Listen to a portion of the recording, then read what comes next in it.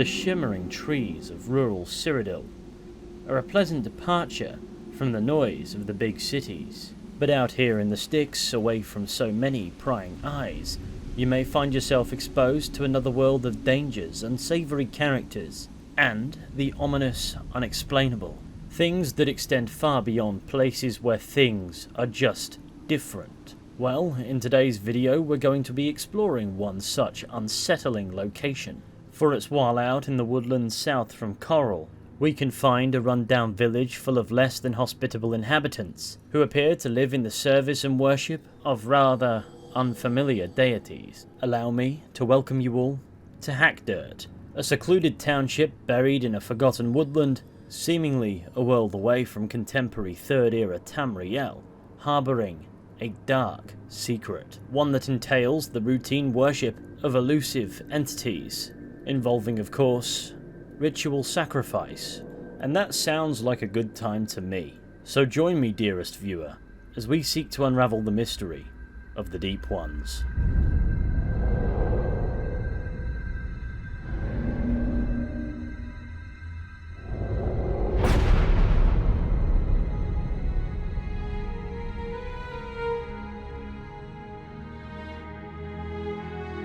Our journey begins in Chorrol, a city situated within the Great Forest region in the northwestern portion of Cyrodiil.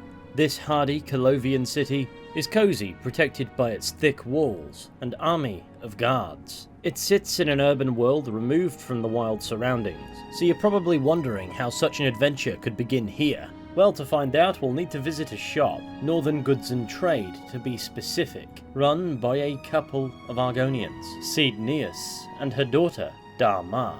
Hello, I don't think we've met. Are you new in town? You could most certainly say that. Pleased to meet you. Likewise, I'm always glad to meet someone new. Welcome. I'm sure my mother would be glad to meet you as well.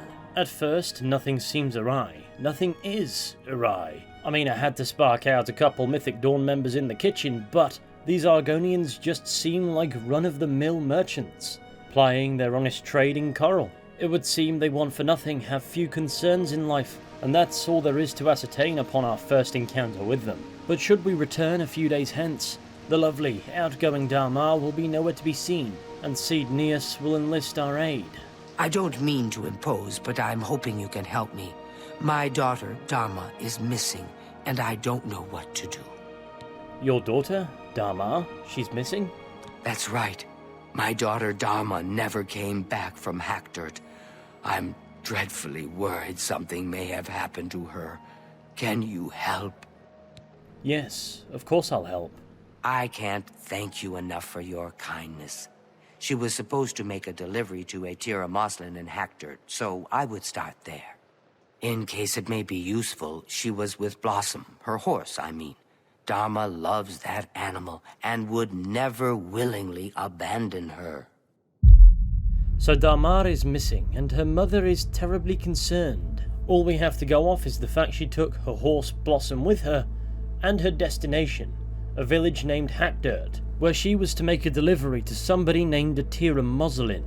This begins the quest, a shadow over Hackdirt, and thus we must make tracks through the Great Forest and pray that no ill fate has befallen her. Hackdirt can be found a short ride to the south of Chorrol, and upon our arrival it becomes apparent this quaint country town is far from ordinary. If anything, it appears dilapidated. Various homes sit in ruin and appear to have done so for a while, and aside from the church, the few central buildings still inhabited are sparsely furnished, cold, and miserable. The local inhabitants equally fit such a description. Let me give you some advice, stranger. Leave. Now. You ain't welcome here. Tell me about this place. Outsiders came and burned our town years ago. Ruined us. But we'll get ours back one day soon. My grandfather built this place. Not that it's any of your business. We've been down, but we got plans to bring back the good old days. You'll see. We don't look kindly on strangers asking questions. If you need a room, try Moslin's Inn. Otherwise, you'd best be moving on. The people are as unwelcoming as their home's furnishings. Worse yet, it would seem they could really do without us nosing about, which is a crying shame because I'm going to do it anyway. It's beyond apparent Hackdirt has something to hide, and it would also seem they're worried we might uncover it, otherwise this fella wouldn't be following us around everywhere. We've only been here so long and we've already picked up bad vibes and a stalker. What's the crack with this place? Nonetheless, I think it best we ask around about Dar-Ma. Who? Nah, I haven't seen any young women around. Even if I had, why would I know anything about her going missing? Not that I'm saying I ever seen her, because I haven't. I'm not entirely convinced by that answer, so let's turn our attention to the woman Dar-Ma came to meet, Atira Moslin. First, allow us to quiz her on Hackdirt. We scrape by. Not that we've ever had naught but trouble from outsiders like you. You'd best be moving on if you know what's good for you. And then let's ask her the critical question about Dar-Ma. I don't know any Dar-Ma. If you're talking about that cursed Argonian swindler from Chorrol, I'd like to know where she is too. She never showed up. How am I supposed to run a shop without any merchandise? You tell her I want half off on my next delivery. Well, that's a scathing thing to say. If the belligerent merchant is to be believed, Dar-Ma never made it here. Perhaps the implication is she took off, but such a thing does not correlate with the Argonian we met. It's peculiar. The residents of Hackdirt appear tightly wound about near enough everything, but in dialogue they may yet reveal some startling details. If you're not careful, the Brethren will have to teach you a lesson. The Brethren? Who are the Brethren? Brethren? I got no brothers. Hang on, he just told us about the Brethren, and now he's pretending to be confused when we ask him about it. Anyhow, this man is the innkeeper. Perhaps we should make for the inn and retire for the night. It's a miserable, unwelcoming place that matches the town's vibe, but it's somewhere to bang our heads down. At least, until we're rudely awakened. In the night, we're ambushed by one of these Brethren we've heard next to nothing about. They're next to nude, strange-looking, aggressive people armed with clubs, and it would seem they object to our very being present, and that objection has escalated to taking issue with us being alive at all. It would seem this man is one of the Brethren mentioned, and this confirms that Hackdirt indeed possesses a secret that the people could really do without us finding out. Getting tired? Die, damn you! Now I suppose we need to find out what these Brethren are about. What are they protecting? And could it have anything to do with the disappearance of Dar-Ma? Fortunately, with the break of daylight, we can now seek out the details previously obscured by the darkness of night, and it's amidst the ruined houses that we find ourselves a smoking gun, so to speak. Dar-Ma's horse, Blossom, suggesting she did, in fact, make it to Hackdirt, and the merchant, Atira Moslin, was lying to us. Perhaps we should go confront her and see what she has to say for herself about Dar-Ma. I already told you she never showed up. So, what's her horse doing here then? That's my horse. Owned it for years. Now either buy something or get out. Atira Moslin doubles down when caught in her lies. We know the horse, Blossom, is Dar-Ma's, not hers, and we know she would never willingly abandon her. So we know Dar-Ma must be nearby. The question, of course, is who do we talk to chisel away at finding out where? Fortunately for us, any conspiracy is only as strong as its least comfortable conscience, so it merely becomes a game of waiting for that individual to seek us out. And sure enough... We can't talk here. They'll get suspicious. The girl is in danger. Meet me tonight after dark in my house. I'll leave the door unlocked. Don't be late.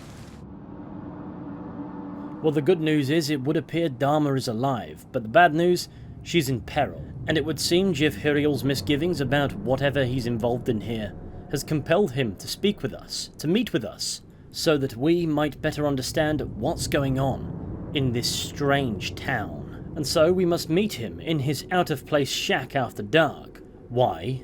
I'm sure he'll fill us in. You came. Good. I don't have much time. I have to get to the gathering before I missed. Tell me what you know. You have to believe me. I didn't know what they were planning. They want to bring back the Deep Ones. I thought I did too, but she's so innocent. They've got her down in the caverns. They're going to sacrifice her, you understand? You've got to save her. Here, take this key. It'll open any of the trapdoors down to the caves. Every house in town has one. The one in Moslin's Inn is your best bet, nearest where she's being held. The middle of the night. When everyone's at the gathering. Good luck. You will save her, won't you? I gotta go now. The Deep Ones. Before we let this man go to keep up appearances, I think it best we question him further. Firstly, tell me about the Brethren. Those of us who've changed the most, we call the Brethren. Live down in the caves, to be nearer the Deep Ones. They don't like the sunlight much. Dangerous, too. You'll want to avoid them if you can help it.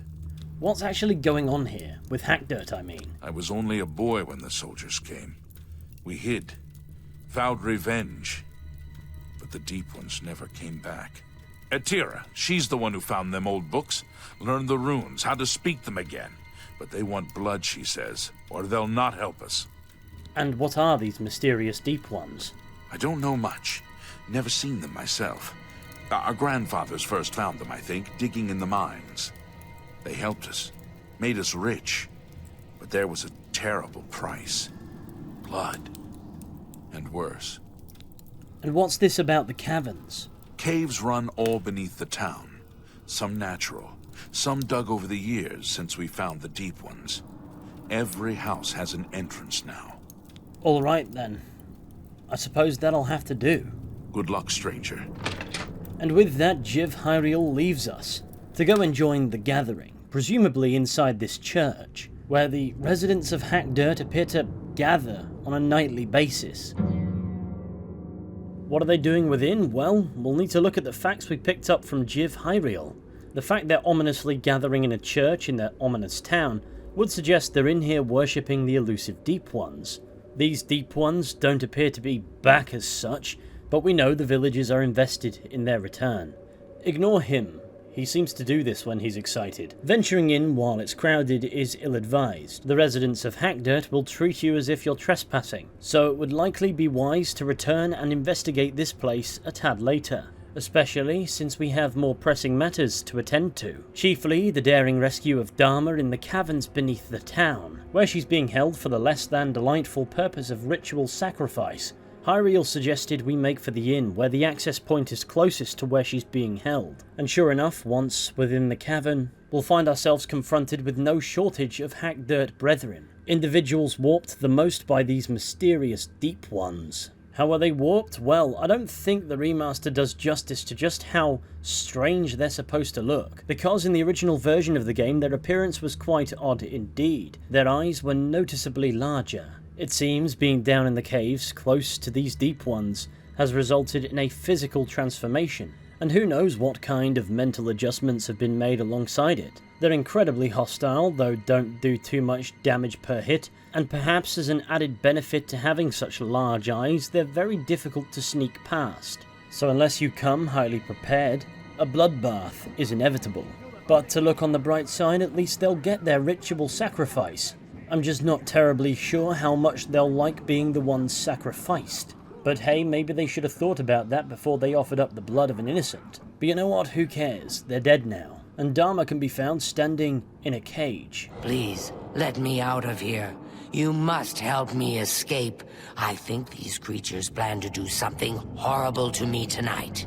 As luck would have it, that's why I'm here. Thank you. Hurry, we need to get out of here, quick. Do you know what this is about? These creatures kidnapped me from my room in the inn while I was sleeping. I don't know why, but I'd rather not find out. Speak for yourself. I kind of would. Nonetheless, with Dar-Ma rescued, we can get her the hell out of here. Return her to her mother in Chorrol. Dar-Ma is safe. Thank you. Thank you. I can never repay you for your gift of my daughter's life. But you have my friendship and gratitude to the end of my days.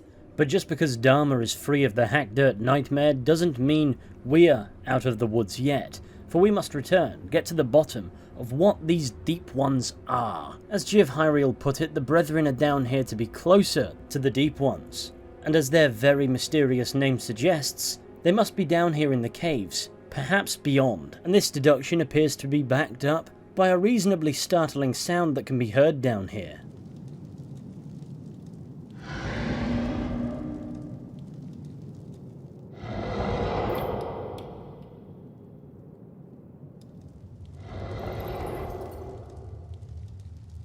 While in the caverns we can hear the repetitive monstrous growlings of something frightening, but whatever it is, it remains unseen, perhaps unable to reveal itself, or maybe simply choosing not to.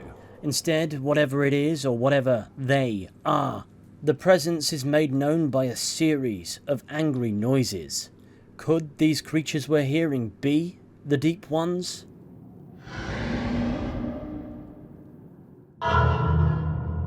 Before we continue, let's do a quick roundup of what we know about Hackdirt and its relation with these Deep Ones. We know that this iteration of Hackdirt at least was founded by the Moslin family a couple of generations prior to our arrival. Beneath the village they discovered a system of caves and made contact with entities they referred to as the Deep Ones. Over time, the people of the village developed something of a religious bond. Eventually, residents would motion to live underground to be closer with the Deep Ones, and the Hackdirt Brethren were born. Eventually, the cult's activities would garner some attention, and to find out what happened next, we'll need to ask an Ultima hunter named Honditar, who lives outside the walls of Chorrol. Not a nice place to visit.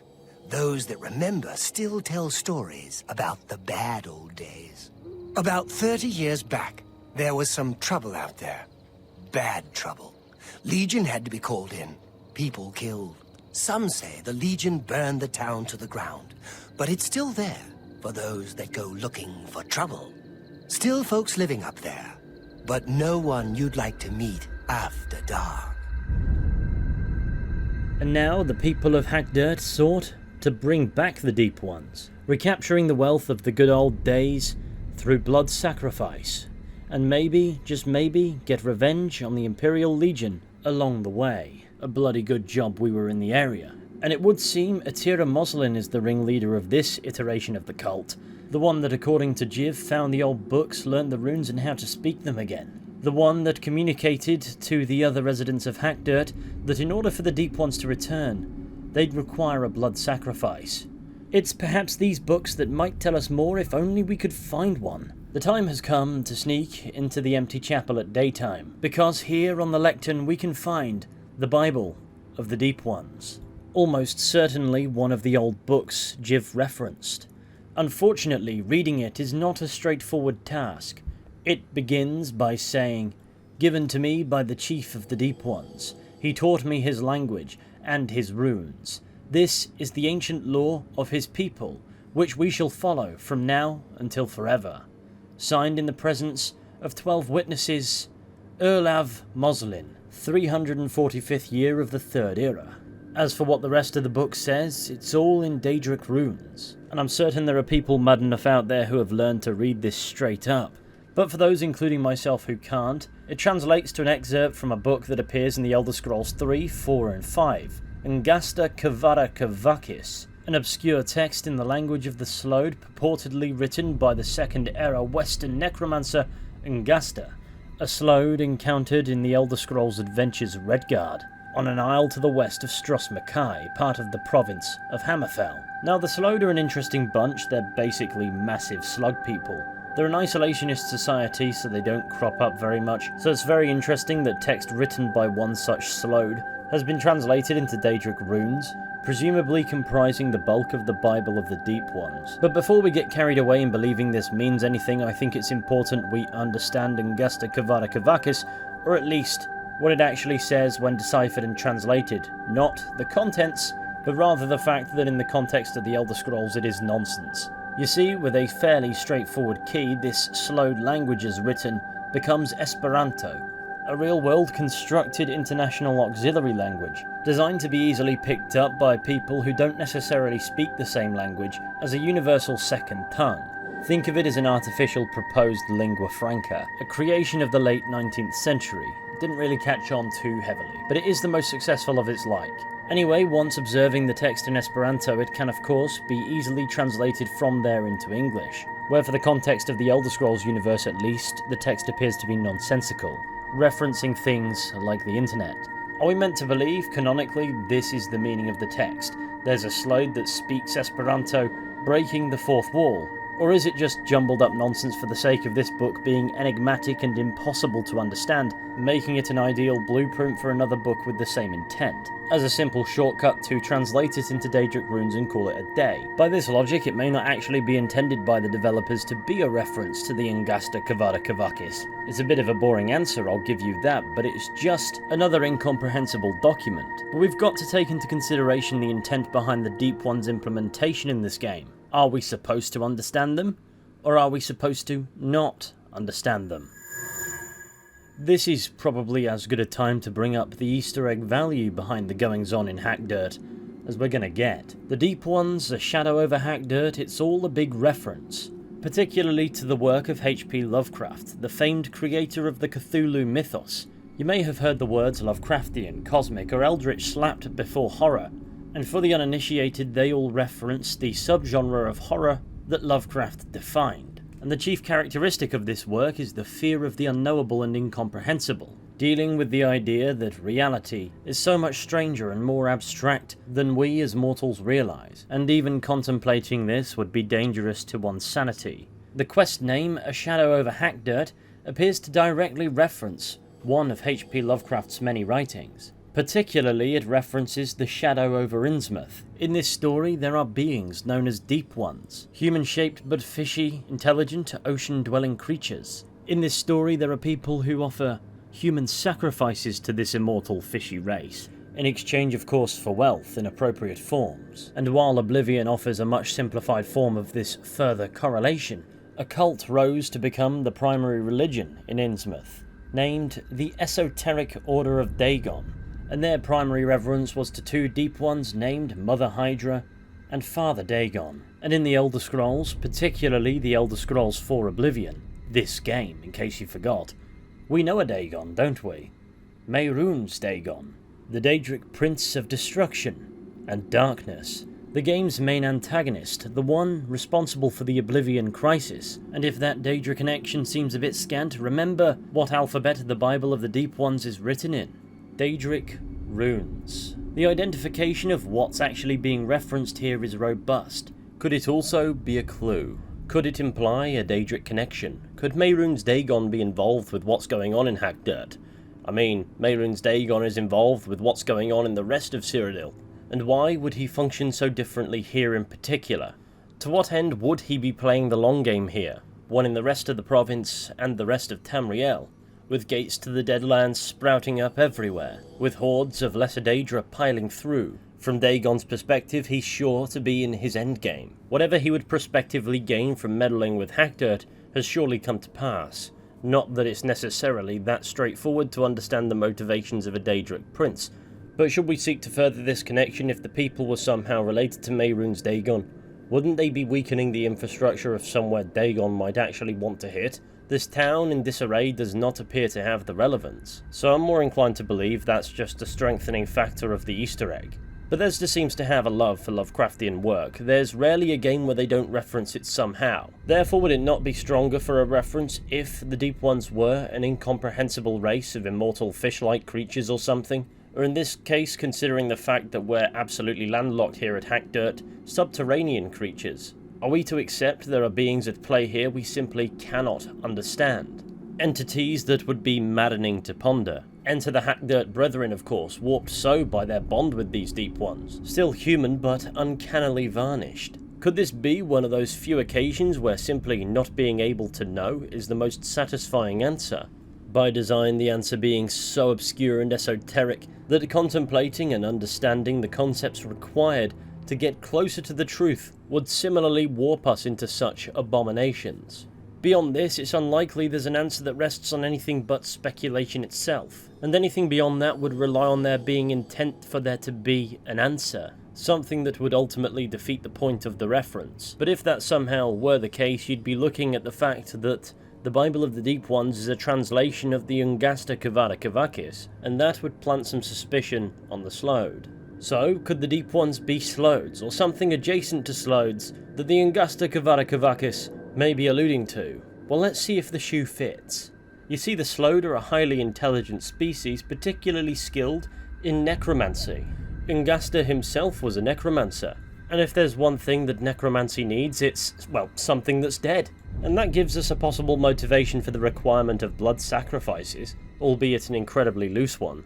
They're also a cautious species, spending years planning, and you could certainly say from a certain point of view the Deep Ones are cautious to reveal themselves and haven't done in decades. They're not religious, but they're known to make pacts with Daedra should they benefit from it. We know Ngasta Kavada Kavakis is in Daedric runes. We can also discern the Slode are highly manipulative of others if they benefit. And what's more likely, the Deep Ones are benevolently coexisting with the residents of Hackdirt, or is it more plausible that that's only what the people of Hackdirt think and they're actually being manipulated, simply used, by beings that consider themselves superior? We also know the Slode are corpulent beings that grow to massive sizes, and the Deep Ones' grumblings can be heard in caverns they're not actually in, that may suggest the same is true of the Deep Ones. And finally, they're also not known for having the most friendly foreign policy, unleashing the Thracian plague upon Tamriel in the First Era, killing more than half of the population. But what we do know is they're also an aquatic species, not subterranean,